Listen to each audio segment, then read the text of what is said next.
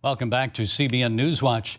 The Philadelphia Eagles are Super Bowl champions, and while the city of brotherly love awaits the champions parade, Eagles quarterback Jalen Hurts made good on a promise by going to Disney World. Well, joining us now to talk about what's next for sports fans is CBN Sports reporter Will Dawson. Will, the Super Bowl's in the rear view, so what's next? Well, Gary, there is life after football. If you're a football fan, you might be surprised to know the basketball world is heating up right now, and it's the NBA All-Star Game this weekend.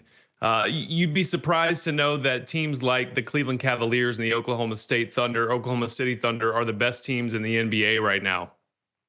But guys like Steph Curry, who is a two-time NBA Finals MVP. This guy just beat the Bucks earlier this week, and the Bucks were huddling up in the middle of the court, as you can see there, and Steph Curry walks over and joins in the prayer circle. Steph Curry, a believer, wants to share the love, and we love to see that as guys who follow sports and also follow the NBA, and we like to see guys like Steph Curry proclaiming their faith.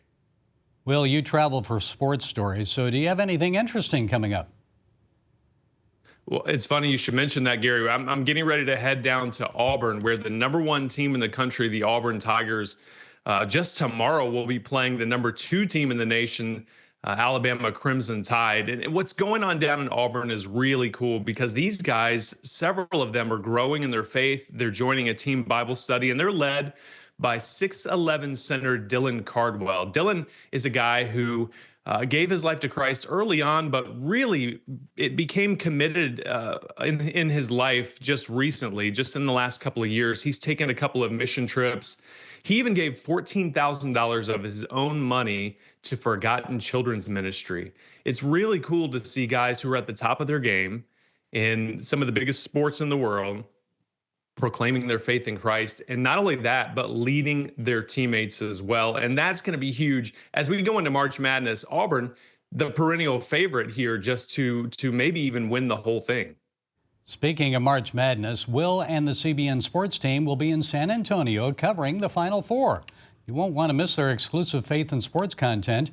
You can find that by subscribing to CBN Sports on YouTube and following along on Instagram at CBNSports_. Will, one more question for you. What 4 teams do you think will be at the Final Four in San Antonio? Your prediction? Gary, we only have 7 more regular season games left in college basketball. It's hard to believe. And then March Madness, the tournament, everybody gets their brackets out. It's hard to say right now, but here's the thing. The SEC, the Southeastern Conference, is historically good this year. So I'm going to pick 3 teams from the SEC to represent the Final Four. I'm going to go with the 2 teams that I've already mentioned.